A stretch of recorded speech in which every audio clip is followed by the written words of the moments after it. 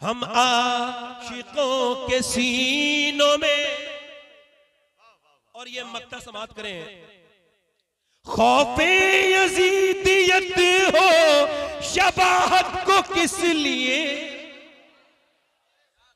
खौफे यजीदियत हो शबाहत को किस लिए, दादा है उसके गौस तो नाना हुसैन।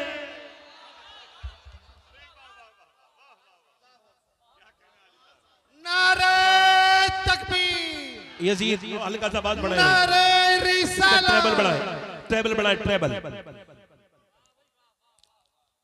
यजीद बनते हैं लोग आज भी कोशिश से, और हुसैन बनते नहीं, खुदा बनाता है। कोई अगर ये कहे कि एकदम हुसैन बन गया तो जल्दबाजी होगी।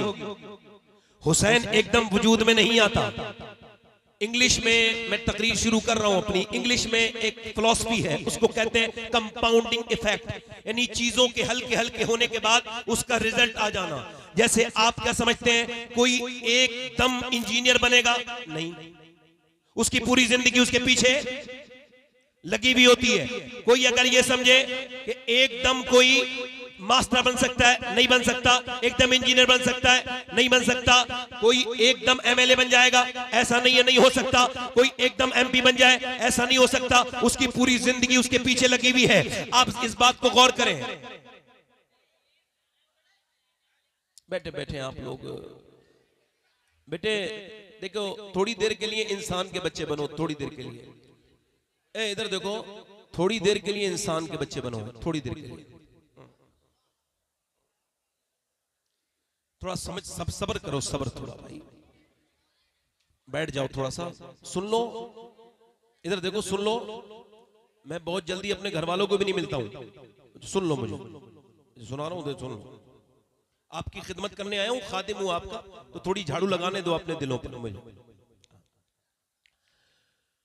एक तो मतलब ये, इसको और मैं हल्का समझा दूं आपको।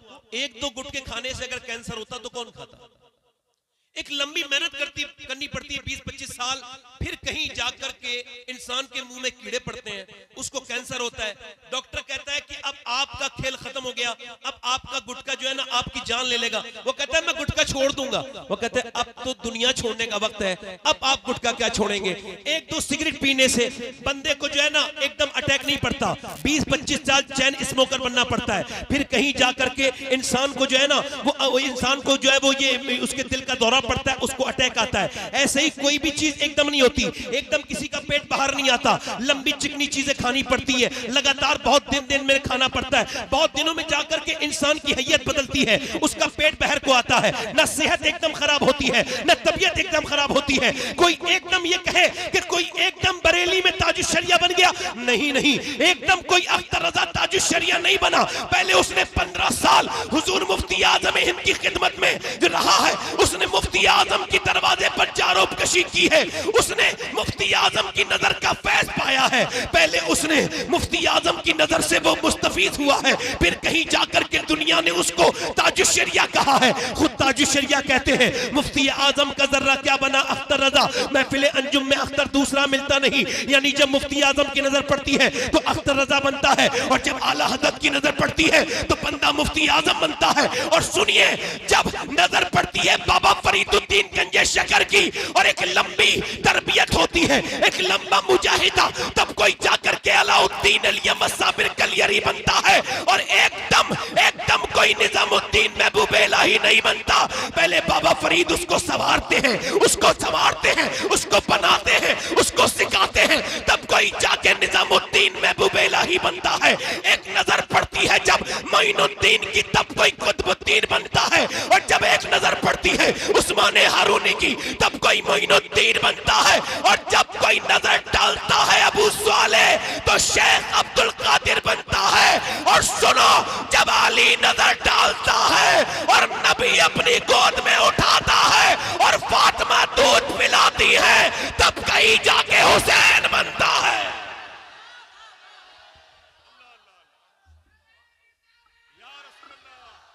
इको कम करें, इको, आवाज बढ़ाएं, आवाज दिल लगा के बोलो सुभान अल्लाह। अब ये नाचने गाने वालों के घर पे बच्चे अच्छे पैदा नहीं होंगे, ये जो नाचते गाते हैं, ये जो औरतें, ये जो ड्रामे देख रही हैं, जिनके घरों में सिर्फ ये फिल्में हैं, ड्रामे हैं, गाने हैं, बाजे हैं, सीरियल देखने वाली औरतों के यहाँ पे अच्छे बच्चे पैदा नहीं होंगे। जैसा बाप वैसा बच्चा। हुजूर फरमाते हर बेटा अपने बाप का आईना है, जैसा बाप है वैसे ही बच्चा है। हर आदमी के अंदर विरासत अपने बाप के लिए भी है, हर आदमी विरासत लेके चल रहा है। अच्छा मैं आपको बताऊं, अभी हार्वर्ड ने रिसर्च किया, ये बच्चे पागल कौन पैदा होते हैं? पागल यानी मां के पेट से ही पागल। ये कौन बच्चे हैं? इन पर रिसर्च हुआ और रिसर्च चला 27 साल। फिर उन्होंने बताया कि जब मां के पेट में बच्चा होता है 80% बच्चे ये मेंटली डिस्टर्ब इस वजह से पैदा होते हैं कि जब मां के पेट में थे तो इसके शौहर ने इसको मारा। अच्छा जब मारा उस जाहिल को पता नहीं था कि वो बीबी पे जुल्म नहीं कर रहा है, उसके पेट के बच्चे पे जुल्म कर रहा है। अब जब वो बच्चा जो हो गया, वो बच्चा पैदा हुआ पागल। अब चाहे दिल्ली दिखाओ, चाहे बंबई दिखाओ, चाहे यहाँ इलाज कराओ, अब अपने किए का तो कोई इलाज नहीं ना। अब मुझे बताओ आप, जब इंसान अपनी बीबी को मारता तोड़ता है, बच्चे छोटे होते हैं, तो इसको आज साइंस प्रूफ कर रहा है। अच्छा देखो आप जरा गौर करो, शेख अब्दुल कादिर जीलानी की अम्मी जो थी वो हाफिजा थी, तो गौसुल आजम मां के पेट से हाफिज हुए। अब यहूदियों ने क्या किया? यहूदी ये करते हैं कि जब औरत के बच्चा पैदा होने वाला होता है, यानी उसको जब उम्मीद होती है, तो वो उसको सिर्फ अगर वो डॉक्टर बनाना चाहते हैं तो डॉक्टरी की किताबें पढ़वाते हैं, उस औरत को डॉक्टरी का माहौल देते हैं। आप समझ रहे हैं मेरी बात को? नहीं, उसको जैसा बच्चे को बनाना होता है। यानी जब औरत प्रेग्नेंट मूवमेंट में डॉक्टर के पास जाती है तो वो उससे कहता है कि अगर तुम ये चाहती हो उसके अंदर ज्यादा आयरन बच्चे के हो तो आप ऐसा करना कि ज्यादा बादाम खाना और ज्यादा सेब खाना। ज्यादा सेब और बादाम खाओगी तो इसके अंदर आयरन बढ़ेगा, बच्चा ताकतवर होगा। अगर विटामिन डी बढ़ाना चाहती हो तो ज्यादातर आप अमरूद खाना,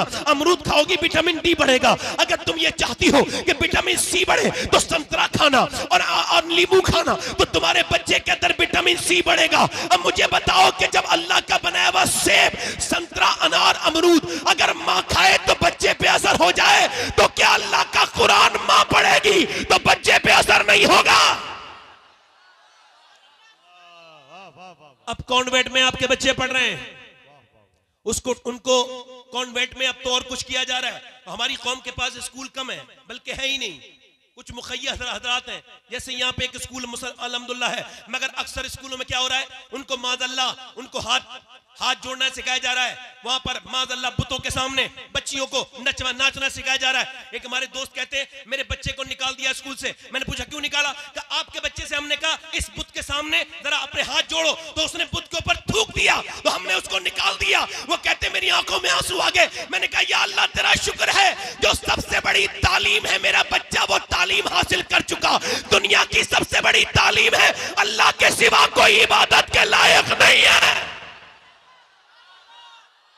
बोलो जरा, बोलो भाई, बोलो जरा जोर से बोलो, पीछे वाले बोलो जरा सुभान अल्लाह, दिल लगा के बोलो, मुस्कुरा के बोलो। अब आप आज से ये थोड़ा ईगो कम करेंगे भाई? मेरा आवाज अच्छी नहीं है, आपका माइक बहुत अच्छा है, आवाज बढ़ाओ बस हल्का सा। हाँ हल्का सा ईगो बढ़ाओ, हल्का सा। हाँ बैठे जरा आराम से, आप लोग मुझे पैसे न दे, बैठे। अरे भाई रुक जाओ जरा यार, कोई बात नहीं, कोई बात नहीं, नेक बच्चा है, नेक लोग ही आते हैं ऐसी जगह। जोर से बोलो सुभान अल्लाह। अब आप में कोई बाप है, कोई माँ है, यहां बैठी होंगी, सुन रही होगी मेरी मैंने, कोई माँ भी होगी, कुछ है, कोई माँ है, कोई बनेगी। इसका मतलब ये कि हजरत सैयदा राबिया बसरी के पास जब कोई आता था ना, आसिफ भाई समाज करें, जब आता था ना औरत, वो हामिला होती थी तो वो उससे कहती थी तुझे खुदा का वास्ता देती हूं आज के बाद झूठ मत बोलना, तुझको खुदा का वास्ता देती हूं आज के बाद झूठ मत बोलना, गीबत मत करना। कहा क्यों? कि अगर तूने झूठ बोला तो तेरे झूठ का बच्चे पे असर हो जाएगा, पेट के बच्चे पे असर हो जाएगा, और हुजूर के एक उम्मती को गीबत करना तू सिखा देगी। यानी औरतें क्या समझती हैं, उनको यूं ही छोड़ दिया जाएगा। एक बुजुर्ग कहते हैं मैं बैठा था और मेरी माँ ने मुझसे कहा नमाज पढ़ने जाओ। मैं 10 साल का हो चुका था, मुझको खबर नहीं थी आज मेरा बर्थडे है। आज ये बर्थडे नहीं मनाए जाते बर्थडे, तो वो कहते वो बर्थडे है मेरा, मुझे नहीं पता मेरा आज बर्थडे है। तो फिर कहते हैं मेरी माँ ने मुझसे कहा नमाज पढ़ने जा, फिर मैं नहीं गया, फिर मैंने कहा नमाज पढ़ने, फिर मैं नहीं गया। फिर मेरी माँ, मैं इग्नोर कर रहा था, अम्मी रोटी बना रही थी, उनको गुस्सा आ गया, उठी रोटियां गिराई, जोर से चिमटा मेरे सर पे मारा। कहते हैं मारा चिमटा, मेरे सर से खून निकलने लगा। मैं कांप के बोला अम्मा अब ना मानना, मेरी माँ, मैं जा रहा हूं नमाज को। मैं नमाज को गया। जब मेरी माँ मरने वाली थी मैं रोने लगा। मैंने कहा अम्मा तेरे तुझसे बड़ी मोहब्बत है, मगर दिल में एक बहुत बड़ा दर्द भी है तेरी तरफ से। दुनिया की माएँ मोहब्बत करती है, तूने मेरे बचपन में सर फाड़ा था, क्यों, आखिर क्यों मेरी अम्मी? तो मेरी माँ रो के बोली मेरे बेटे, मेरी उस नफरत में भी प्यार जो है छुपा हुआ था। का क्या मतलब? का मेरे लाल मुझ पे रोटी बनाना फर्ज नहीं था, तुझे जहन्नम से बचाना और नमाजी बनाना फर्ज था। आप बर्दाश्त करोगे कि आपके बच्चे ये जो स्कूलों में कामयाब हो रहे हैं, और पढ़ाइए स्कूल में, कोई मना नहीं कर रहा हूं, मगर कम से कम नमाजी तो बनाइए। अच्छा, आप में कितने लड़के ऐसे होंगे जो वर्जिश करते होंगे, ये जो आर्टिफिशियल बॉडी बनती है जिम में जा करके, इसका कोई फायदा वायदा नहीं होता। ये इतने बाज लोग तो इतने वो खा लेते हैं इसमें प्रोटीन की चीजें कि मर तक जाते हैं, वो जल्दीबाजी में जल्दी बॉडी बनाना चाहते हैं। ये अजीब से लोग नहीं लगते आपको? अच्छी खासा अल्लाह ने बनाया तो ये ऐसे करके टाइट होके चलते हैं अजीब किस्म से। अच्छा, जब ये छोड़ देते हैं तो फिर इनकी जिस्म भी वहीं आ जाता है। सुन्नत ये है जिस्म के मामले में, हुजूर की सुन्नत ये है कि सरकार का पेट कभी बाहर नहीं आया, हुजूर का पेट बिल्कुल सीने के बराबर था, ये सुन्नत है। अच्छा, ये जब अपनी वर्जिश छोड़ देते हैं तो फिर ये वैसे हो भी जाते हैं। मौला अली से किसी ने पूछा आपसे बड़ा पहलवान तो दुनिया में कोई नहीं, आप कैसी वर्जिश करते हैं? जरा जोर से तो बोलो सुभान अल्लाह। आप कैसी वर्जिश करते हैं? फरमाया मैं कोई वर्जिश नहीं करता। अच्छा, औरतें भी अब आजकल सुबह को जाती है टहलने के लिए, मैं इससे कोई इख्तलाफ नहीं कर रहा हूं, मगर एक सवाल कर रहा हूं। ये सब दानिश्वर लोग बैठे हैं और एक सवाल पूछ रहा हूं। एक औरत सुबह उठी है, उसने बच्चों को तैयार किया है, नाश्ता बनाया है, फिर बच्चों को रुखसत किया है और नाश्ते के बर्तन धोए हैं, फिर दोपहर में भी खाना बनाया है, फिर दोपहर के बर्तन धोए हैं, फिर कपड़े धोए हैं, फिर शाम में उसने खाना बनाया, फिर नमाज भी पढ़ी है और फिर वो रोटी वो खाना वाना बना के फिर बर्तन उर्तन धो के फिर वो सोई है। तो आप मुझे बताइए, अब सुबह को कोई उससे कहेगा मॉर्निंग वॉक पे जाओ, जाएगी? अब जो सिर्फ खा रही है वो जाएगी नहीं जाएगी? उसको तो जाना है। अच्छा, फिर जाती है, हमें इससे कोई एतराज नहीं, जाती है जाए, मगर ये जो मेकअप करके जाती हैं, इन बेशर्मों से सवाल है कि सुबह सुबह ये मेकअप का क्या मतलब है? मगर ये वर्जिशें अपनी जगह, मगर मर्दों के लिए भी वर्जिश बता रहा हूं और औरतों के लिए भी वर्जिश बता रहा हूं। मौला अली से पूछा कितने बड़े पहलवान है आपको पता है? बद्र के मैदान में। कहां पर? बद्र के मैदान में 313 मुसलमान और उधर थे 1000। जब उन्हें बांध के उनको मारा तो उनमें से 70 मारे गए। कितने मारे गए बोलो? पूरा मजमा बोलो, कितने? 70। और 70 में से 312 लोगों ने मिलके मारे 35 और अकेले अली ने मारे 35। बोलो भैया बोलो, वाह वाह वाह बोलो। बल्ला कह रहा हूं, जलसे में बज़ौक आदमी का काम नहीं है। बज़ौक बंदा ये जो कभी नहीं मुस्कुराता है, जहां जाए माहौल खराब। अगर ये कभी नहीं मुस्कुराने वाला, घर में घुसे बच्चे डर जाते हैं इसे देख के। मैं सही बता रहा हूं, मुस्कुराना सीखे, मुस्कुराने से माहौल अच्छा होता है। जोर से बोले सुभान अल्लाह, दिल लगा के बोले। अब मेरी तरफ देख के गौर करें। अब मौला अली से पूछा क्या कौन सी वर्जिश करते हैं? पर मैं कोई वर्जिश नहीं करता। रिवायतों में लिखा है कि मौला अली एक रात में 1000 रकात नमाज नवाफिल पढ़ते थे। बोलो कितने? कितने? 1000। और सैयदा फातिमा एक सजदे के बाद कहती थी मालिक कोई ऐसी रात तो बना दे कि फातिमा दिल खोल के इबादत कर सके। तवज्जो है कि नहीं? मौला अली कहते हैं मेरी शादी हो गई। जोर से बोलो सुभान अल्लाह, जोर से बोलो। जितने लोग अपनी मर्जी से खड़े हैं, जिन पर जोर जबरदस्ती नहीं है, सवाब की नियत से खड़े हैं, वो जरा इमाम हुसैन की वालदा के नाम पे बोले सुभान अल्लाह। और जितने लोग मजबूरी में आए हैं, उस मजबूरी को खत्म करने के लिए, ईमान की पुख्तगी के लिए बोले या रसूल अल्लाह। आप महफिल में आए हैं तो महफिल के हो जाइए, छोड़ जाइए आप कौन हैं। यहां कोई मर्तबे नहीं है, हम सब बराबर। यहां कोई बड़ा नहीं है, कोई छोटा नहीं, हम सब बराबर है। और मैं आप सबका खादिम हूं, नौकर हूं, नौकरी कर रहा हूं। सुनाए जोर से बोले सुभान अल्लाह। मौला अली की शादी हो गई। हमारे यहां तो शादी होने में नहीं आती, लंबे खर्चे हो रहे हैं, सब कुछ हो रहा है, शादी होने में नहीं आती। मगर मौला अली कहते मुझसे अबू बकर सिद्दीक ने, बोलो सुभान अल्लाह, उमर फारूक ने, मैं जंगल में बकरी चरा रहा था, कहते मुझसे कहा अली आप ऐसा करें सैयदा को रिश्ता दें, हुजूर की बेटी को। मैंने कहा मेरा तो घर भी नहीं मेरे पास, तो मैं रिश्ता कैसे दूं? तो कहा मेरा, हजरत अबू बकर बोले मेरा दिल करता है अली तेरी शादी फातिमा के साथ होगी। कहते मौला अली मैं गया हुजूर की बारगाह में, ऐसे बैठ गया। अब आप भी जाया करें रिश्ता लेने तो ऐसे ही बैठा करें। ऐसे बैठ गया। मैंने अर्ज की, हुजूर ने इरशाद फरमाया क्या हुआ अली, कैसे आए? कहा हुजूर आपको देखने का दिल करता था तो आ गया हूं। फरमाया अच्छा तो अच्छा ये बात तो ठीक है, मगर जो तेरे दिल में है ना अली वो भी बता दे, क्या बात लेके आया है? तो कहते हैं मौला अली मैं रोने लगा। मैंने कहा हुजूर आपने मुझे मेरे बाप से लेके पाला था, अली आपका गुलाम है, आपका नौकर है, आपने बाप की जगह पाला, आपने तालीम दी, एक मेहरबानी और कर दीजिए, अपनी बेटी का रिश्ता मुझे दे दीजिए। कहते हुजूर खामोश हो गए। मैं डरने लगा कहीं हुजूर मना ना कर दे, मगर सरकार फिर मुस्कुराए और कहा अली तुझे मुबारक हो, मैं जिब्राइल का इंतजार कर रहा था, अल्लाह ने अभी जिब्राइल को भेजा है और फरमाया है कि फातिमा की शादी अली के साथ कर दी जाए, यही अल्लाह की मर्जी है, यही अल्लाह की, जोर से बोलो यही अल्लाह की, यही अल्लाह की। मौला अली कहते हैं मेरी शादी हो गई। मैं एक दिन अपनी बीबी के पास गया, मेरी बीबी थोड़ी परेशान थी। आपकी बीबियां परेशान हुआ करें तो उनसे लड़ाई न लड़ा करो।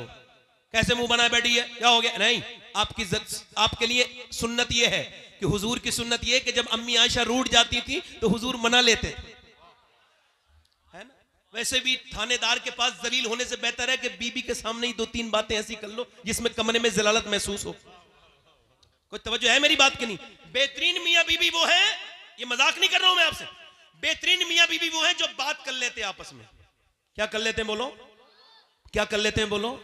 बात कर लेते हैं। मौला अली कहते हैं मैंने पूछा क्या हुआ है फातिमा? कहने लगी मेरे बच्चे बड़े बीमार हैं, ठीक नहीं हो रहे, मां को फिक्र है। बाप ने क्या कहा? चलो फातिमा हम दुआ करते हैं। फातिमा बोली अगर आप कहें तो मैं रोजे की मन्नत मांग लूं का? बिल्कुल। आज के बाद जितनी औरतें हैं यहां भागती हैं, वहां भागती हैं, कभी उसके पास कभी उसके पास, मैं उनसे कहता हूं कहीं जाने की जरूरत नहीं, बस एक ही तरीका है और वो भी तरीका अपने घर से नहीं, सैयदा फातिमा के घर से बता रहा हूं। जब कोई परेशानी आए तो कहीं जाने की जरूरत नहीं, 3 रोजे की मन्नत मांग लो। पूरा मन में बोलो, जरा अकीदे मजबूत करो, जोर से बोलो। अल्लाह तुम्हें सलामत रखे, किसी के मोहताज ना हो, अल्लाह करे तुम कभी दोनों हाथ उठा के बोलो सुभान अल्लाह। अल्लाह तुम्हें किसी का मोहताज ना करे। अपनी बीवियों को, अपनी बहनों को यह समझाना कि हम ये सुन के आए हैं कि जब हसन हुसैन बीमार हुए थे तो मौला अली ने हाथ उठाए थे और कहा था ऐ अल्लाह मेरे बच्चों को शिफा दे दे, ऐ अल्लाह मेरे बच्चों को शिफा दे दे। मुझे बताओ कि दुआ करने वाला अली हो और आमीन कहने वाली फातिमा हो। आमीन कहने वाली, जोर से बोलो, आमीन कहने वाली सैयदा हो। और दुआ किसके लिए हो रही है? जन्नती जवानों के सरदार के लिए हो रही है। अल्लाह करे आप पहुंच गए, मुझे जहां पहुंचाना था आप वहां पहुंच गए। थोड़ा सा मुझे तेज बोलना पड़ा मगर आप पहुंच गए। जिल लगा के बोले सुभान अल्लाह, मुस्कुरा के बोले। अब मौला अली कहते हमने दुआ की ऐ अल्लाह हमारे बच्चों को शिफा दे दे, ऐ अल्लाह हमारे बच्चों को शिफा दे दे। याद रखो तुम मुसलमान हो, तुम अकेले नहीं हो। जब कभी परेशान हो जाओ दोनों हाथ उठा लिया करो और कभी कभी सजदे किया करो, रोया करो अल्लाह के सामने। मैं कहता हूं उन नमाजियों पर मेरा जुमला जरा नोट करिएगा। अल्लाह की तरफ से ये जुमला आपको बयान कर रहा हूं मेरे रब के फजल से।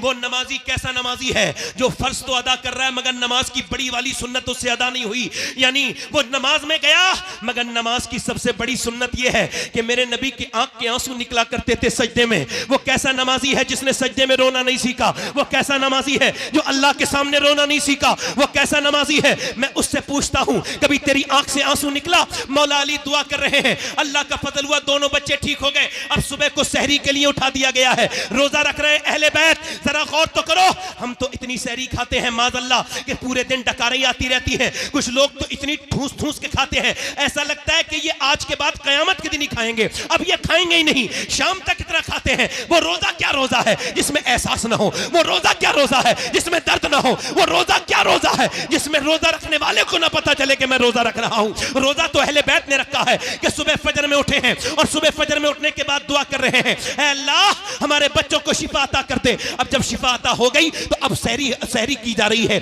सहरी सैयदा ने काय से कराई है? ना खजूरें हैं ना जौ हैं, सिर्फ पानी है पानी। और पानी से सैयदा खातून जन्नत सलामुल्लाह ताला अलैहा ने हजरत मौला अली से पानी से सहरी करवाई। इमाम हसन ने सहरी कर ली, इमाम हुसैन ने सहरी कर ली, सैयदा पाक ने सहरी कर ली। अब जब रोजे का वक्त हुआ, अब सुबह जब दिन निकला तो मौला अली मजदूरी करने के लिए निकले। आज से बिलारी का कोई मुसलमान या आसपास का कोई मुसलमान आज के बाद मजदूरी करने निकले तो सर झुका के ना निकले, वो शर्मा के ना निकले, वो अपना मुंह छिपा के ना निकले, वरना फख्र से निकले और आवाज लगाता हुआ निकले, लोगों मैं मजदूरी करने जा रहा हूं और ये नबी की भी सुन्नत है, अली की भी सुन्नत है।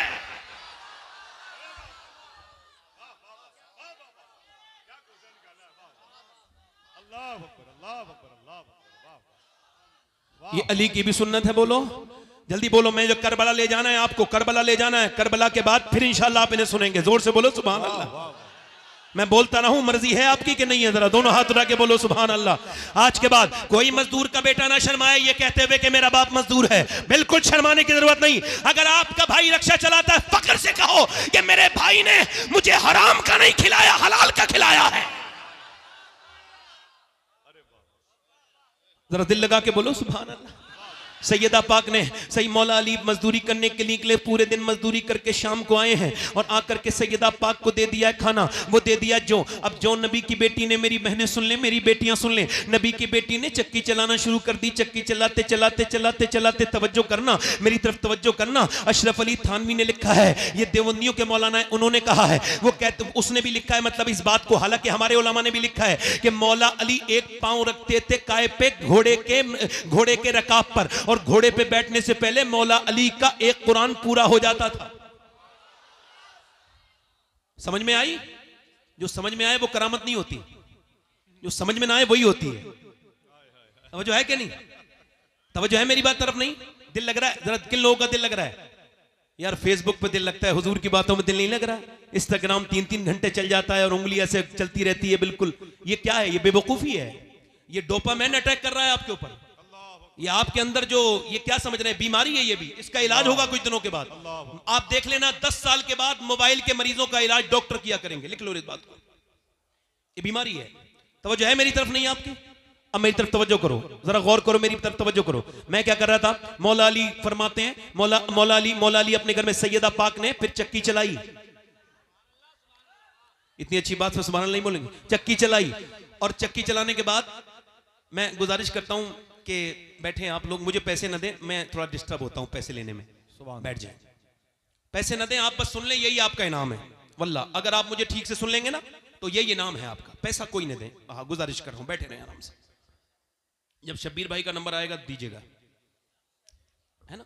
मैं ऐसा नहीं कि मुझे तलब नहीं है, मगर नहीं यह है कि ये इस वक्त जो बात हो रही है बहुत जरूरी है। क्योंकि एक हदीस शरीफ आला हज़रत ने उस हदीस को कोट किया है, फरमाते हैं कि जो नजराने को मना करेगा, हुजूर की हदीस है, जो नजराने को मना करेगा एक दिन भीख भी मांगेगा तो भीख भी नहीं मिलेगी।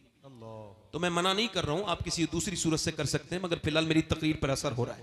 बैठे आराम से, मैं अपनी बातों से अलग हट रहा हूं। मैं कहीं और हूं, आप यहीं हैं, मैं अभी मदीने में हूं। मैं मदीने में उस चक्की के आसपास हूं जिस चक्की ने पूरी दुनिया को पाला है। ये चक्की सैयदा की चल रही है, जमाना जितना लंगर खा रहा है।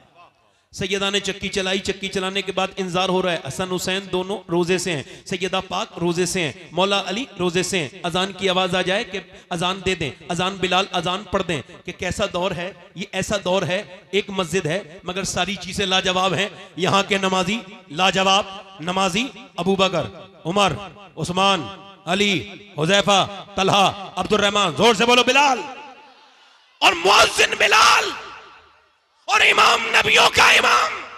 ना इमाम की तरह दूसरा इमाम कोई आया, ना मुक्तदियों की तरह मुक्तदी आए, और ना मुअज्जिन की तरह फिर ऐसा मुअज्जिन पैदा हुआ। कायनात का सबसे बड़ा मुसल्ला है। तवज्जो है कि नहीं? मौला अली ने इंतजार कर रहे हैं अजान की आवाज आ जाए। अब जरा ध्यान से सुनिएगा, ये खाना तैयार है, अजान की आवाज आ जाए, मगर अजान की आवाज आने से पहले एक मिस्कीन की आवाज आती है। आवाज में थोड़ा दर्द था। आवाज ये था कि नबी की बेटी, मैं मिस्कीन हूं, मेरे घर बच्चे, मैंने खाना नहीं खाया, मेरे बच्चों ने, वो भूखे हैं मेरे बच्चे, और मैं बड़ी उम्मीद से आया हूं, क्या आप मुझको कुछ दे सकती हैं? एक दिन की भूखी प्यासी नबी की बेटी ने सबसे पहले अपना हाथ बढ़ाया और सैयदा ने कहा, लो हसन मेरे बदले का, मेरे हिस्से का खाना दे के आओ। तो हजरत मौला अली बोले मेरे हिस्से का भी दे के आओ हसन। तो हसनैन दोनों भाई बोले हम ही क्यों खाएंगे, फिर हम भी तो दे के आएंगे अपने बदले का। दोनों बच्चे भी दे करके आ गए। और ये फिर अब दूसरी रात गुजर गई है अहले बैत पर। और फिर ये दूसरी रात के बाद ये तीसरे दिन की सुबह हुई है। दूसरे दिन की सुबह में इन्होंने पानी से सहरी कर ली है। फिर मौला अली जो है वो मजदूरी करने के लिए गए हैं। एक तो अरब का हाई टेम्परेचर, उसमें मौला अली 2 दिन के रोजे से, उसके बाद अल्लाह अकबर दोपहर तक जो है वो इफ्तार करके दोपहर तक मेहनत करके मजदूरी करके शाम को लेके आए हैं। फिर नबी की 2 दिन की भूखी प्यासी बेटी ने फिर चक्की चलाई है। और चक्की चलाते चलाते नबी पाक सल्लल्लाहु ताला अलैहि वसल्लम की बेटी ने चक्की चलाने के बाद फिर रोटी बनाई है। और रोटी बनाने के बाद फिर इंतजार हो रहा है कि अजान की आवाज आ जाए। आज ये दूसरा रोजा है, अजान की आवाज आ जाए। मगर अजान की आवाज आने से पहले एक आवाज आती है और बड़ी पुरदर्द आवाज है। आवाज ये है, मैं एक यतीम हूं और मेरा बाप मर चुका है। 3 दिन हो गए मेरे घर में कुछ बना नहीं। क्या अहले बैत मुझको कुछ दे सकते हैं? क्या सैयदा के घर से कुछ मिल सकता है? अल्लाह अकबर, क्या खातून जन्नत मुझे कुछ दे सकती हैं? नबी पाक की बेटी ने कहा लो उस यतीम को दे के आओ। तीनों चारों लोगों ने दे दिया। फिर ये तीसरी दिन रात भी गुजर गई। अब तीसरा दिन भी रोजा, और वो भी किसी खाने से नहीं बल्कि फिर वो भी पानी से। ओ बेरोजार और ना रोजा रखने वालों, बगैर रोजे के रहने वालों, क्या जवाब दोगे कल क़यामत के दिन कि तुम्हारे घर में नेमतें भरी हुई थी और अहले बैत के घर में नफली रोजा है। और तीसरा दिन भी पानी से इफ्तार रोजी वो सहरी की गई है। पानी से सहरी करने के बाद मौला अली गए हैं अपने बच्चों को देख करके। बाप गया है मजदूरी करने और मजदूरी करने बाग में। अच्छा मेरी तरफ देखें, ये एक हदीस अलग से जम कर रहा हूं। ये हदीस मैंने मदीने शरीफ में बैठ के पढ़ी थी और 21वें रमजान को पढ़ रहा था। तो मेरे सामने हुजूर का गुंबद था, यानी जब मैं हदीस पढ़ रहा था तो वो मदीने वाला भी गुंबद मेरे सामने था। उस हदीस का असर मेरे दिल पर जो हुआ है उसको आज तक मैं कभी खत्म नहीं कर पाऊंगा। वो अजीब सा असर था कि मौला अली कहते हैं मैं 15 दिन के बाद अपने घर आया। कितने दिन के बाद बोलो? 15 दिन के बाद। और कहते जब मेरी बीबी ने दरवाजा खोला तो मुस्कुरा के सलाम कर दिया। ये से वाले मियां तावीज दे देंगे तो मेरा घर अच्छा हो जाएगा। इन औरतों को कोई समझाए, ये से वाले मियां तावीज दे देंगे तो मेरा शौहर मुट्ठी में आ जाएगा। और काम मुट्ठी से बाहर फेंकने के कर रही हैं। आदमी जब आता है तो मुंह बना के बैठ जाती हैं। ये दुनिया की मनहूस औरतों की पहचान है कि दूसरों के सामने मुस्कुराएंगी, अपने मर्दों के सामने नहीं मुस्कुराएंगी। ये जलील किस्म की औरत की पहचान है कि दूसरे औरत को तो मुंह बना के दिखाएंगी, अपने चेहरे पे चाहे वो अपने चेहरे पे मेकअप करके दिखाएंगी। इनसे पूछो मेकअप करने वाला तो घर बैठा है, उसके लिए तो मेकअप नहीं किया। ये जो शादी में मेकअप करके जा रही हो, आपको शर्म नहीं आई कि आपकी नियत दूसरों को दिखाने की है, दुनिया के गंदे लड़कों को दिखाने की है? अरे शर्म नहीं आई? तेरे हर कदम पे तुझ पे लानत है। आला हजरत फरमाते हैं जब औरत बेपर्दा होकर घर से निकले हर कदम पर उस पर लानत अल्लाह के फरिश्ते भेजते हैं। मगर जब वही औरत अपने शौहर को दिखाने के लिए मेकअप करे और अगर उसका आदमी उसको देख के खुश हो जाए तो अल्लाह एक सदके का सवाब अता फरमाता है। एक सदके का सवाब अता फरमाता है। कोई जरूरत नहीं वो तावीज देने वालों के पास जाने की, कोई जरूरत नहीं। एक ही तरीका है जब शौहर को अगर मनाना है, और ये सुन्नत फातिमा है कि जब तेरा शौहर घर में आए तो मुस्कुरा के सलाम कर दे, इंशाअल्लाह बरकतें घर में रहे।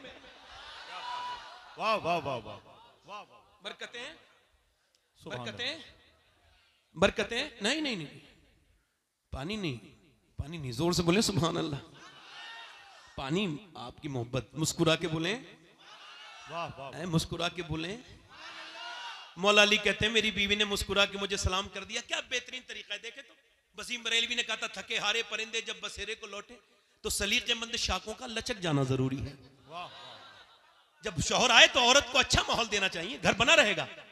किसी की पंचायत की जरूरत नहीं, वरना सारी दुनिया से पंचायत कराओ, कोई फायदा नहीं है। मगर सुनिए, सैयदा फातिमा ने मुस्कुरा के, हजरत अली बोले मुझे भूख लगी है, पानी पेश किया। ये तरीका है, कुछ ना हो तो पानी दे दो। तो उन्होंने पानी पे, कब भूख लगी है? कहते मौलाना 3 बार आवाज दी ना, आवाज नहीं आई। 4थी बार मैंने कहा सैयदा, अंदर से रोने की आवाज आई। मैं अंदर गया ना तो दोनों आलम के मालिक को मुख्तार की बेटी बैठी भी रो रही है, जिसकी आंखें हुजूर की तरह, जिसके होंठ हुजूर की तरह, जो मुस्कुराए तो नबी की तरह लगे, जो उठे तो नबी की तरह लगे। अम्मी आयशा फरमाती फातिमा चलती थी तो ऐसा लगता था अल्लाह का रसूल चल रहा है। फातिमा बोलती थी तो ऐसा लगता था अल्लाह का रसूल बोल रहा है। मैंने कहा फातिमा आपको किस चीज ने रुलाया है? अब जरा अजीम बाप की अजीम बेटी की बात सुनिए। फरमाया मेरे सरताज मेरे अब्बा ने मैं इस वजह से रो रही हूं कि आपको खाना नहीं दे पाई, इसका अफसोस है कि आप सफर से आए। कहा क्यों? कि जब आप घर से गए थे कई दिन का फाका था, घर में आए हैं तो आज कई दिन का फाका है। हजरत अली कहते हैं आपने मुझे बताया क्यों नहीं? कहा मेरे अब्बा ने कहा था फातिमा अली से वो मत मांगना जो उनके पास मौजूद न हो। कहते हैं मैं बैठा था, फिर मैं रोने लगा और बहुत रोया, और फिर मैंने फातिमा को रोते देखा। मैंने पूछा क्यों रोती हैं? कहने लगी आप चले गए थे, मेरे अब्बा के घर में 16 दिन से चूल्हा नहीं जला है मेरे अब्बा के घर में।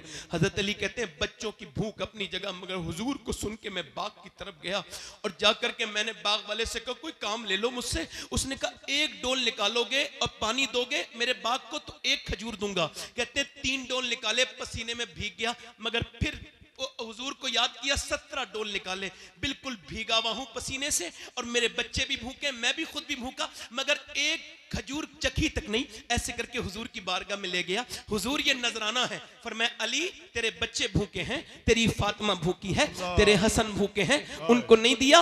मैंने कहा हुजूर हसन से ज्यादा, फातिमा से ज्यादा, हुसैन से ज्यादा अली आपसे मोहब्बत करता है मेरे आका।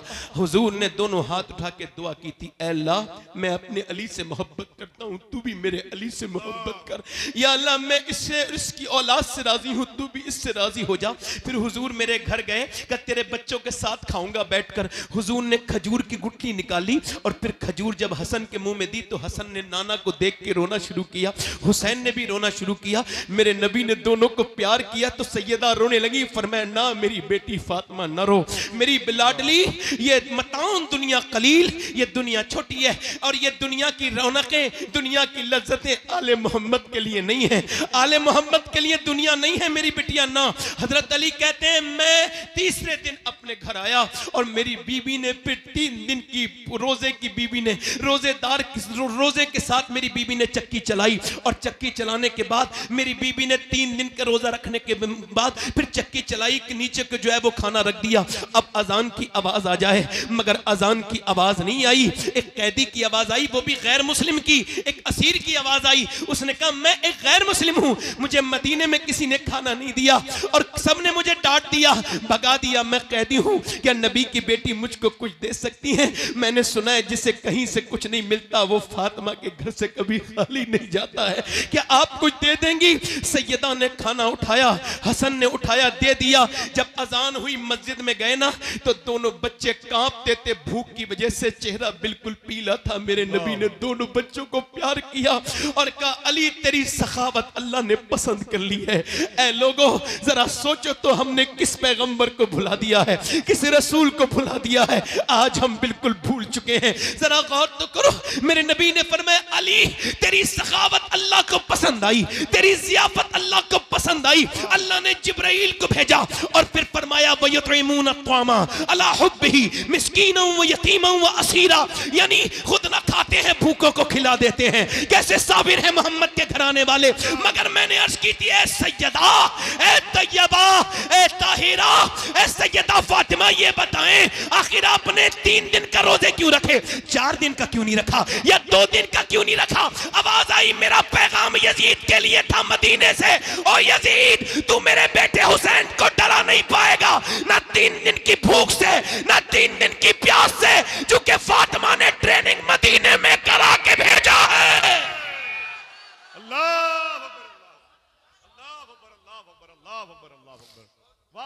नारे तकबीर, दोनों हाथ उठा के नारे तकबीर, आपको नारे रिसालत। आपको ये माहौल कैसा लग रहा है? बोलो।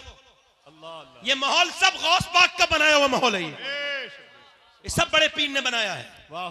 तवज्जो करें हुसैन, अब सुनो, अब जरा एक तवज्जो करना। मौला अली कहते हैं मैंने अपनी बीवी फातिमा से पूछा, बोलो सुभान अल्लाह, मैंने पूछा फातिमा मैं कुरान पढ़ता हूं, तवज्जो करना हाजी उस्मान साहब, जरा आपकी तवज्जो इस अपने बात पर, यहां पे देखिए। मैंने पूछा फातिमा ये बताएं मैं जब कुरान पढ़ता हूं एक पांव रखता हूं घोड़े की रकाब पर और जीन पर बैठने से पहले मेरा कुरान मुकम्मल हो जाता है, ये आपके अब्बा की बरकत है, मगर आप बताएं आप कैसे कुरान पढ़ती हैं? तो सैयदा चक्की चला रही थी, मुस्कुरा के बोली मैं अपनी चक्की शुरू करती हूं, उसके अंदर दाने रखती हूं और एक राउंड, एक चक्कर मेरी चक्की का पूरा नहीं होता कि फातिमा का कुरान पूरा हो जाता है।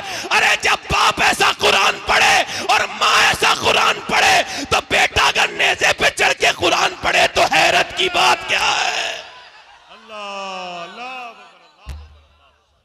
अल्लाह अकबर अल्लाह। यजीद बनते हैं लोग आज भी कोशिश से, हुसैन बनते नहीं, खुदा बनाता है। अच्छा एक चीज है तकदीर, क्या है बोलो? तकदीर को ना मानना कुफ्र, तकदीर को मानना ही पड़ेगा। और मैं आपसे मनवा भी लूंगा अभी यहीं बैठ के, जो तकदीर को ना मानने वाला है मेरी 2 मिनट की बात सुने, 2 मिनट में भी नहीं। किसी ने अपने बाप को अपने आप इंतखाब किया? बताओ। अरे कोई अपनी मर्जी से अपना बाप चुनता है? चुनता है? अगर ऐसा होता तो लोग बिल गेट्स के घर पैदा होते, अडानी अंबानी के घर बच्चे पैदा होते, गरीबों के घर बच्चे पैदा नहीं होते। कोई अपनी मर्जी से अपना बाप, अपनी माँ, बोलो बोलो, अपनी माँ, अपनी बहन, अपना भाई, अपना नाना, अपनी नानी। और किसी का नाना ठीक है तो नानी ठीक नहीं, किसी का दादा ठीक है तो दादी ठीक नहीं, किसी का बाप ठीक है तो माँ ठीक नहीं, किसी की माँ ठीक है तो भाई ठीक नहीं, किसी का भाई ठीक है तो बहन ठीक नहीं, किसी को अल्लाह ने बहन से नवाजा, अच्छी बहन है तो उसके भाई अच्छे नहीं है। मगर पूरी दुनिया में एक हस्ती ऐसी है हुसैन इब्ने अली की, जिसे जिधर से देखो लाजवाब है। अल्लाह ने उसे भाई हसन मुश्तबा दिया, बहन ज़ैनब कुबरा दी, उसको माँ सैयदा फातिमा जो सारी जन्नती औरतों की सरदारा है, उसका बाप अली जो सारे वलियों का सरदार है, उसकी नानी खदीजा जो सारी उम्महातुल मोमिनीन की सरदारा है, और उसका नाना सारे नबियों का सरदार है। अफजल है कुल जहां में घराना हुसैन का, पूरा मजमा हाथ उठा के, अफजल है कुल जहां में घराना हुसैन का, अरे नबियों का ताजदार है नाना। अल्लाह अकबर अल्लाह अकबर अल्लाह अकबर। वाह वाह वाह, सुभान अल्लाह सुभान अल्लाह सुभान अल्लाह। मुस्कुरा के बोलो, वाह वाह वाह। मुस्कुरा के बोलो। अब जरा करबला में आते हैं। करबला क्या है? हक और बातिल की लड़ाई। करबला काई की लड़ाई है? हक, झूठ और सच की लड़ाई। यजीद और हुसैन की लड़ाई नहीं है, इस्लाम और गुमराही की लड़ाई है। हुसैन अगर ना शहीद होता तो आज घर घर यजीद होता।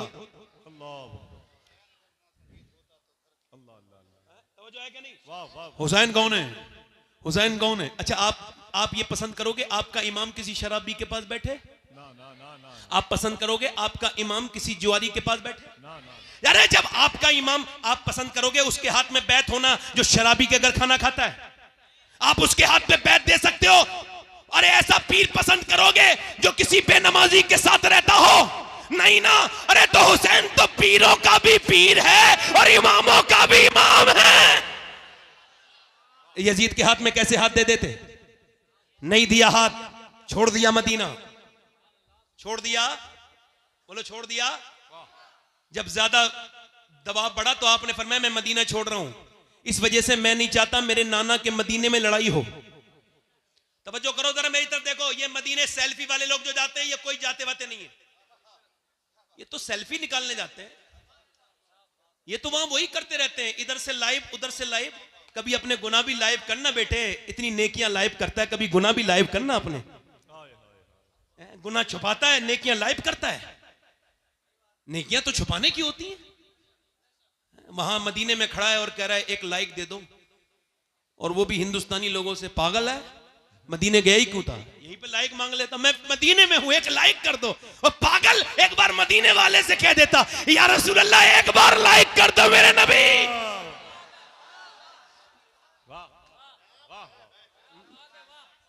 और तवज्जो है कि नहीं? हाँ, सैयद के खुलने में देर लगती है मगर खुलता है तो फिर खुलता है। जोर से बोलो सुभान अल्लाह, दिल लगा के बोलो। अब जरा गौर करो, मदीना छोड़ दिया। वैसे मैं अपनी बात कर रहा हूं, मैंने हिंदुस्तान के कई शहरों में रहा भी हूं, 10-10 दिन तकरीर की है, बड़े बड़े शहरों में, और भी जगह गया हूं, दुनिया के और भी 1-2 मुल्कों में गया हूं, मगर मुझे आज तक कोई शहर पसंद नहीं आया।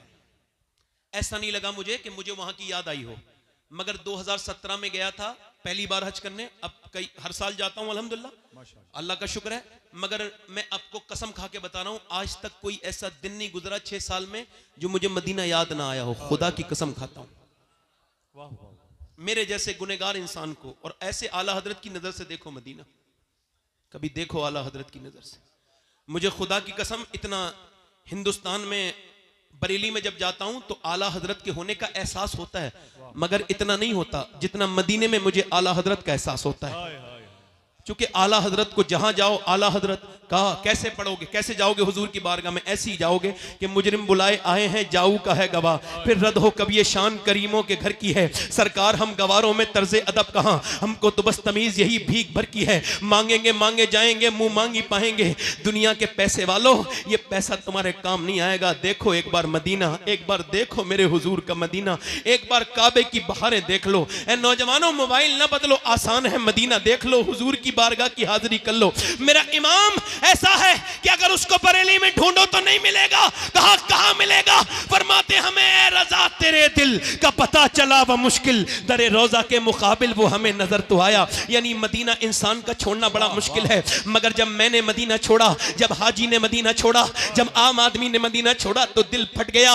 वो एयरपोर्ट तक रोता हुआ आया और जब मदीना याद आता है तभी बैठ के रो लेता है। मगर बताओ वो हुसैन कैसा मदीना छोड़ा होगा, कैसे मेरे हुसैन ने मदीना छोड़ा होगा, जिसने बचपन में आंखें वहीं खोली हैं, जो कभी अपने नाना के कांधों पर बैठा है, कभी नाना की जुबान चूस रहा है, कभी नाना के कांधों पर बैठा है। कौन? हसन हुसैन। कोई समझेगा हसन हुसैन को? हजरत उमर फारूक आजम इमाम हसन इमाम हुसैन को देखने रोज आते हैं हुजूर के विसाल के बाद। मौला अली ने कहा पहले तो नहीं आते थे हुजूर के जमाने में, उमर अब इतना मेरे बच्चों को क्यों देखने आते हैं?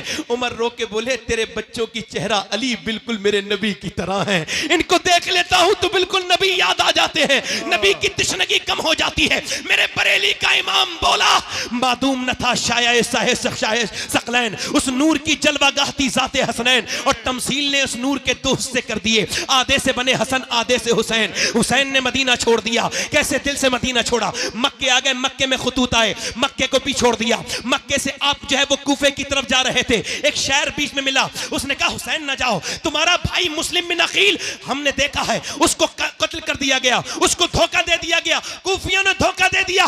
इमाम ने फरमाया मेरे भाई का तूने कहां देखा? कहा हमने उसको देखा कि वो कूफे के चौराहे पे लटका हुआ है, आपका भाई। इमाम ने फरमाया अल्लाह तेरा शुक्र है कि मेरा भाई झुका नहीं मगर लटक गया। अल्लाह अकबर। फरमाया झुके हुए तो नहीं देखा ना। तवज्जो करना, थोड़ी देर की गुफ्तगू रह गई है मेरी, ध्यान से सुनना, और अगर आपने ध्यान दिया तो करबला पहुंच जाओगे। चूंकि मेरे इश्क मुझको ले चल तू ही जाने बे मदीना, करम ये मुझ पे किया है मेरे तसव्वुर ने कि आज खींच दी तस्वीरें यार आंखों में। ये करबला इमाम गए, मोहनदास करमचंद गांधी हिंदुस्तान के राष्ट्रपिता, और उनका फोटो उस पे आता है काय पे, नोट पर। उनसे किसी ने पूछा ये आपका ये सूती कपड़ा है, ये आपकी धोती है, ये आपके कपड़े हैं, और ये आपके पास चरखा है, क्या इससे ब्रिटिश एम्पायर से लड़ेंगे? आपका दिमाग ठीक है? दिमाग तो ठीक है, इतनी बड़ी ताकत से लड़ेंगे? कहा मेरी हिम्मत नहीं होती थी। गांधी बोले कहा फिर? मगर बोले जब मैंने करबला को पढ़ा और जब 72 शोहदा को पढ़ा तो मेरी हिम्मत हो गई। मैंने देख लिया कि 72 को मिटाने के लिए 22,000 आर्मी आई थी, मगर करबला के मैदान गवाही दे रहा है कि 22,000 का नामो निशान मिट गया, मगर 72 के खेमे आज भी करबला के मैदान में लगे हुए हैं।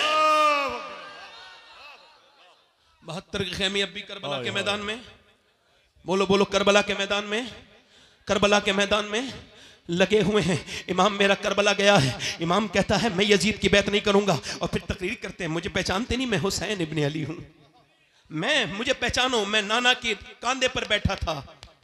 जब कांधे पर बैठा था तो हजरत उमर ने कहा था कितना अच्छी सवारी है हुसैन तेरी, तो मेरे नाना ने कहा था उमर तूने सवारी तो देख ली मगर सवार भी तो देख कितना अच्छा है।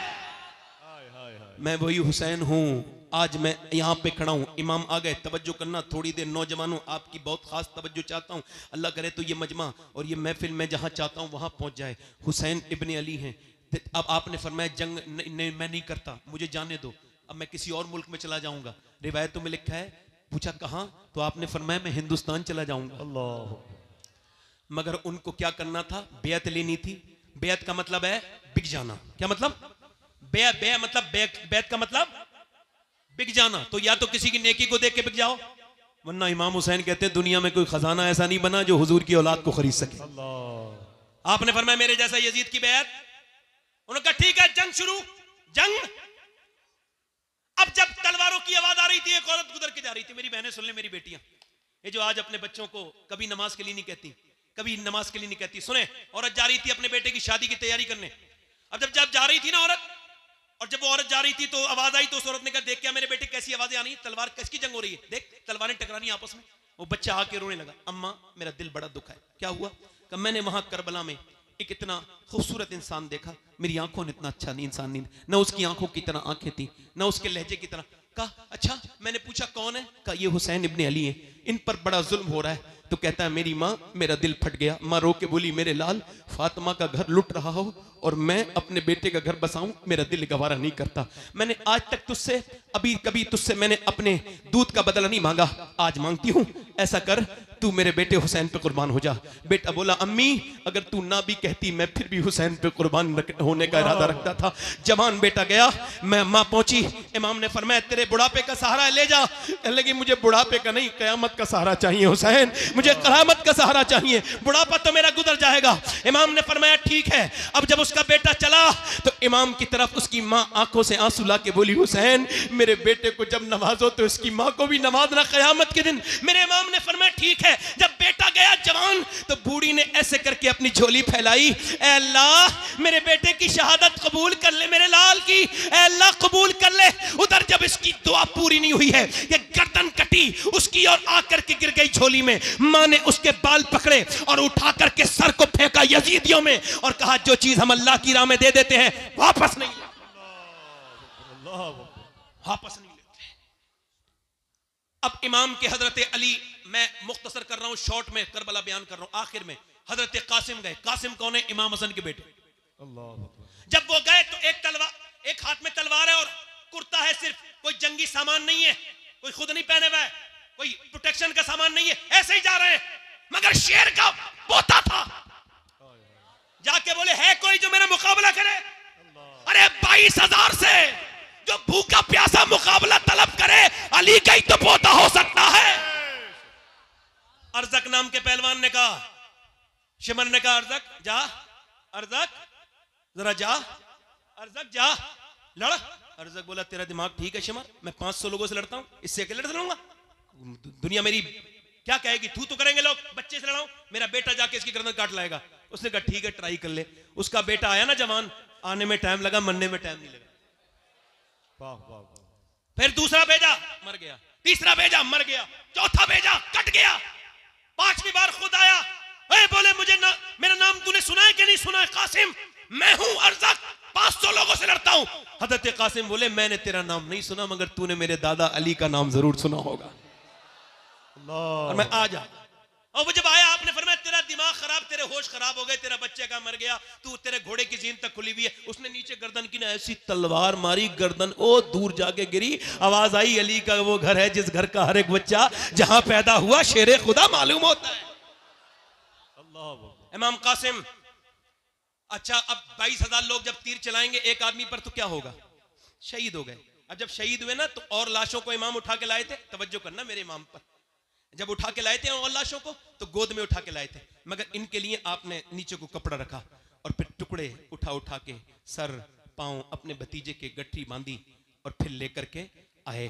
और फिर इमाम ने ना अपने छोटे बेटे की, बड़े बेटे के पास गए, वो भी शहीद जब होने गए, हजरत अली अकबर, तो देखा आंखों में आंसू थे। इमाम ने फरमाया मेरे अली अकबर, किसी शहीद की आंखों में आंसू नहीं देखे, मेरे बेटे तेरी आंखों में आंसू क्यों हैं? तो बेटा रो के बोला अब्बा मेरे बाद आप अकेले रह जाओगे। 18 साल का। इमाम ने कहा नहीं, तेरी दादी तुझे जन्नत में देखना चाहती है, इंतजार कर रही है, तेरे नाना जा तेरा इंतजार कर रहे हैं।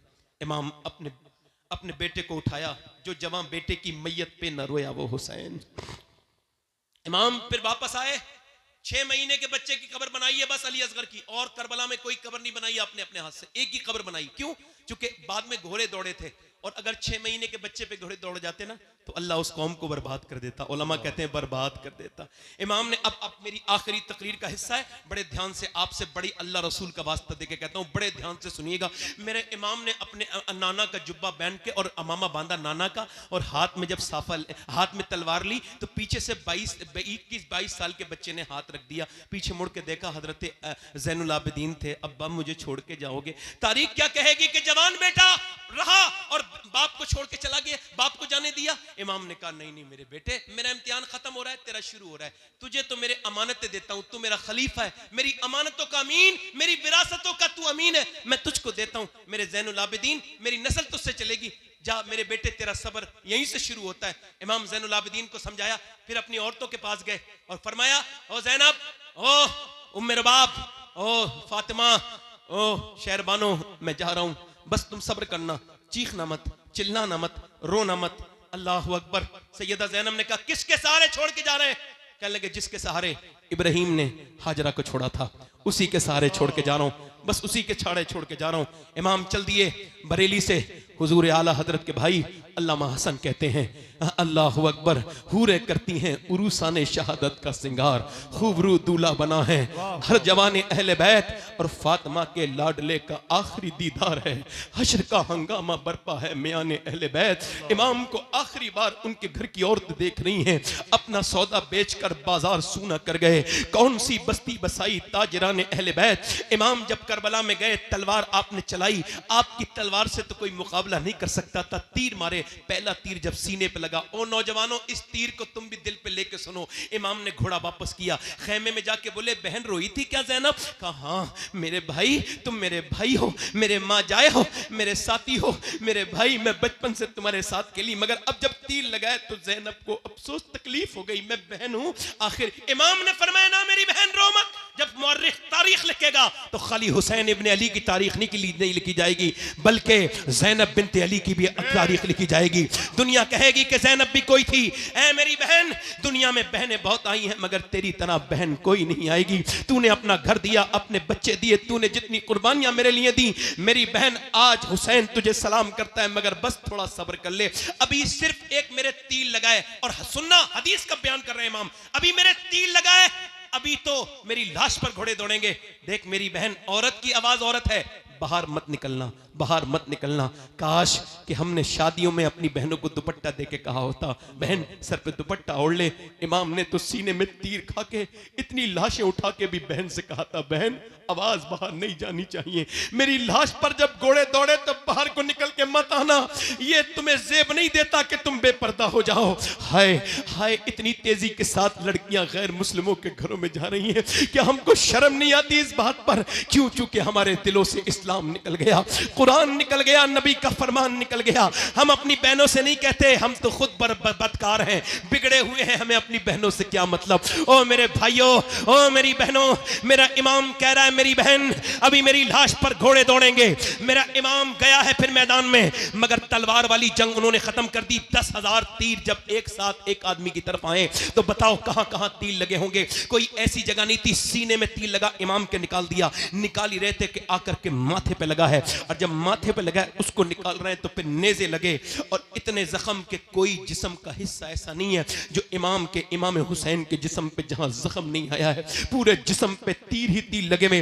इमाम अब शहादत के करीब हैं, आपकी हाथ की जो पकड़ है वो कमजोर होती चली जा रही है, और आप घोड़े से नीचे तशरीफ ला रहे हैं। और जब नीचे तशरीफ लाए हैं तो मुअर्रिख ने लिखा है कि इमाम लबों को हिला के कुछ कह रहे थे। किसको याद कर रहे थे? अपनी सकीना बेटी को, वो जो 6 साल की रही है? नहीं नहीं नहीं। अपनी बहन ज़ैनब को? नहीं नहीं नहीं। अपने बेटे अली अकबर को? नहीं नहीं। अपने ज़ैनुल आबिदीन को? नहीं नहीं। अपने नाना को? नहीं नहीं। अपनी अम्मी फातिमा को? नहीं नहीं। का फिर किसको याद करते थे? का हुसैन जब घोड़े से नीचे आते थे जख्मों से चूर चूर, तो इमाम कहते थे घोड़े से गिरते गिरते, अल्लाह मेरे नाना की गुनहगार उम्मत को बख्श दे, अल्लाह मेरे नाना की गुनहगार उम्मत को बख्श दे। इतने जख्मों के बाद हुसैन ने क्या कहा है?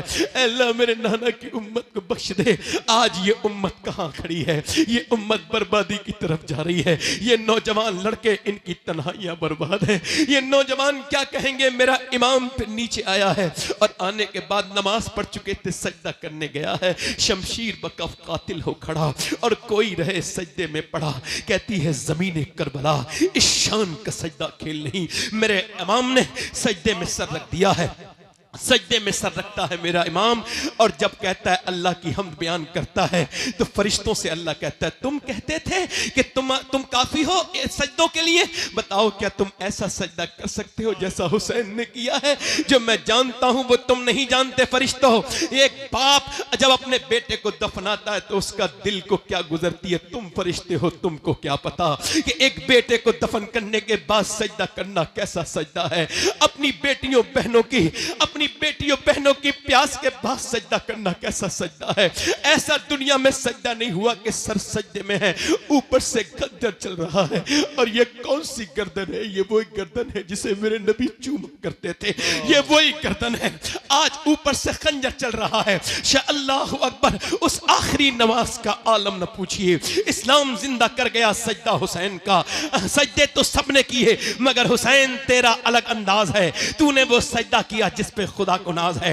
इमाम की गर्दन काट दी गई है, अब घोड़े दौड़ रहे हैं इमाम के ऊपर। मगर मैं उन औरतों को भी आओ सलाम कर दूं, अहले बैत की उन औरतों को सलाम कर दूं जिनकी तरबियत सैयदा फातिमा ने की है। आओ सलाम करें उनको कि इधर घोड़े दौड़ रहे हैं लाशों पर, उधर सूरज डूब रहा है, पानी तो है नहीं उन औरतों के पास। उनके पास क्या है? करबला की ज़ैनब के पास सिर्फ मिट्टी है। मिट्टी से तयम्मुम करके ज़ैनब सजदे में चली गई, मिट्टी से तयम्मुम करके सकीना सजदे में है। मैं कहता हूं ऐसी भी कोई औरत नमाज पढ़ सकती है। उधर बेटों की हड्डियों पे जब घोड़े दौड़ते हैं तो चटाख चटाख की आवाजें आती हैं, उधर सजदे में औरतें नमाजें पढ़ रही हैं। ये कौन है? ये नबी के घर की औरतें हैं, ये नबी के घर की औरतें हैं जिन्होंने नमाज नहीं छोड़ी।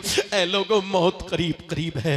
ये तुम्हारी दुनिया, तुमको जाओ पोस्टमार्टम हाउस पे मुरादाबाद जाओ संभल के पोस्टमार्टम हाउस पे जाओ जाकर के देखो कितनी लाशें पड़ी हैं मेरी और आपकी तरह। उन्हें चीरने वाला नहीं है। वो चीरने वाले कहते हैं हमारे पास टाइम नहीं, कल चीरेंगे। और कल वो चीरते हैं शराब पी करके। अब तो ग्लेंडर चल गया है, पहले तो फाड़ते थे, अब ग्लेंडर से चीरते हैं, पूरा जिस्म फाड़ देते हैं। कौन सी दुनिया में लगे हुए हो? फाड़ देते हैं। हुजूर फरमाते जब मुर्दे का हाथ पकड़ता है ना गस्साल, तो मुर्दा कहता है आराम से उठा, तेरे उठाने से बड़ी तकलीफ होती है। जब हाथ उठाने से तकलीफ होती है तो बोलो। जब वो चीरते हैं और फिर सीते भी कैसे हैं, ऐसे करके बड़ी प्लास्टिक की रस्सी से चीरते हैं पूरा ऐसे करके, तो उस वक्त कितनी तकलीफ होती होगी। मैं तो दिन रात सफर में रहता हूं, बार बार दुआ करता हूं, ऐ अल्लाह पोस्टमार्टम वाली मौत से बचा लेना मेरे मालिक। पोस्टमार्टम वाली मौत से कैसी कब्रें तुम्हारे बाप दादे की कब्रें तुमसे कह रही हैं, उनका मरना तुम्हारे लिए काफी नहीं था। कब तक नौजवानों मोबाइलों पे अपनी जिंदगी बर्बाद करते रहोगे? कब तक तुम गेम खेलने के लिए पैदा हुए थे? नहीं, तुम गेम खेलने के लिए नहीं, तुम तो मेरे नबी की आंखों की ठंडक हो, तुम तो मेरे हुजूर का प्यार हो। खुदा की कसम, तुम मेरे सरकार का प्यार हो, मेरे नबी का प्यार हो। तुमको पता नहीं नादानो कि तुम अपने घर में सोते रहते हो, मगर मेरे नबी आज भी अपने मजार में तुम्हारे लिए दुआ कर रहे हैं, आज भी दुआ कर रहे हैं। क्या बताओ किससे दिल लगा लिया? आओ आकर के कहें रब हमको माफ कर दे, हम बड़े गुनहगार हैं, हमको माफ कर दे मौला, हम बड़े खतेकार हैं। आओ इस महफिल में आज कहें।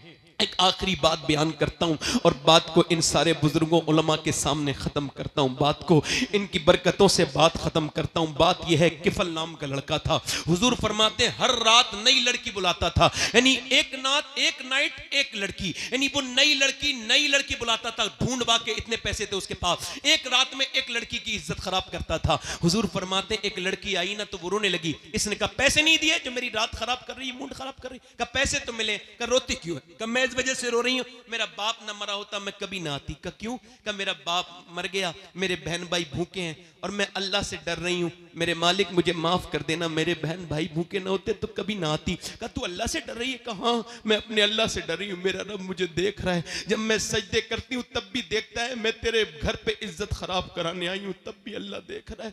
वो रो के बोली अल्लाह मुझे माफ कर देना, मैं भूख की वजह से ऐसा कर रही हूं। हुजूर फरमाते उस रोने वाली के दिल वजह से उसका दिल धुल गया। आंसू किसी के होते हैं और दिल किसी का धुल जाता है। वो रो के बोली मालिक, जब वो रोई ना तो अल्लाह ने किफल का दिल धो दिया। वो वो बोला मालिक जा, मैंने तुझे अपनी बहन बनाया, ले पैसे ले। उसने सारे पैसे दे दिए, नहीं 10 लाख रुपए उसको दे दिया, वो तो चली गई। ये सजदे में गिर के बोला मालिक एक बार आई थी, हाथ भी नहीं लगाया, इतना रोई थी, मैं तो पूरी जिंदगी का पापी हूं, कितनी रातें खराब कर दी मैंने मेरे रब।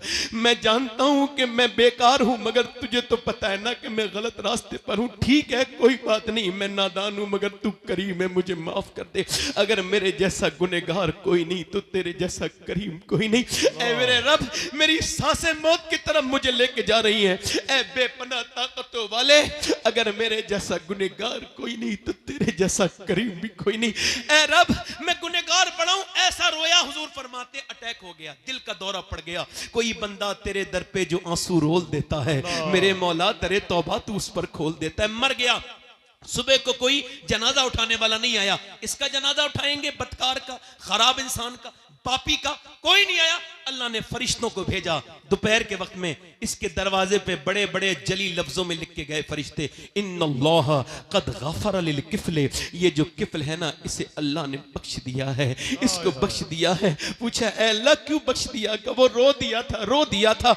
अल्लाह फरमाता है मेरे महबूब मेरे बंदों से कह दे कि जब ये रोता है ना तन्हाई में और इसका जब एक आंसू ढलक के गाल तक आता है, मैं सारे गुनाह उसी वक्त माफ कर देता हूं, सारे गुनाह माफ कर देता हूं। आओ इस महफिल में तौबा कर लें। अतः बताओ जरा, अपने हाथ उठा के बताओ, दोनों हाथ उठा के हाथ बताओ, उठाओ, कौन कौन इमाम हुसैन के नाम पे गर्दन कड़ा देगा? नीचे हाथ कर लें। एक दूसरे की तरफ ना देखना, मुस्कुराना नहीं, जरा थोड़ा सा काम है। मैं किसी को वो नहीं दे सकता तौफीक, मगर फिर भी वो नौजवान चाहता हूं जो हुजूर के नाम पे गर्दन कड़ा देंगे। दोनों हाथ उठा के बताएं, नीचे हाथ कर लें। जो गर्दन कड़ा सकता है कुछ भी कर सकता है, कुछ भी कर सकता है ना। एक दूसरे की तरफ न देखना, मुस्कुराना नहीं। कितने लोग ऐसे हैं जो गर्दन भी कटा देंगे और आज से हुजूर के नाम पे पूरी दाढ़ी भी रखा लेंगे। इस महफिल में खड़े हो जाएं, बस वो नौजवान खड़े हो जाएं इस महफिल में, जो आज से नबी के नाम पे दाढ़ी रखाएं, बस वही खड़े हो सोच समझ के, जो आज से अपनी जिंदगियां बदलें। कोई मदरसे का बच्चा खड़ा ना हो, तालिबे इल्म उनके निसाब में होता है, बाकी खड़े रहे। आप खड़े रहो भाई, खड़े रहें। और कोई आशिक रसूल है इस महफिल रसूल में 100 शहीदों का सवाब, हर नबी के दाढ़ी, हर वली के दाढ़ी। ये वही शरीयत है जिसे हुसैन ने बचाया था। ऊपर हाथ कर लें, दाढ़ी रखाने वाले ऊपर हाथ कर लें, मेरे साथ कहें इंशाअल्लाह आज के बाद न दाढ़ी कटेगी न मुड़ेगी इंशाअल्लाह। बैठ जाएं। हुजूर की आंखों की ठंडक क्या है बोलो? कितने लोग हैं जो आज से इरादा करते हैं हुसैन इब्न अली की कसम खाओ आज से तुम्हारी जानें जाएंगी मगर नमाज कदा नहीं होगी। दोनों हाथ उठा के इंशाअल्लाह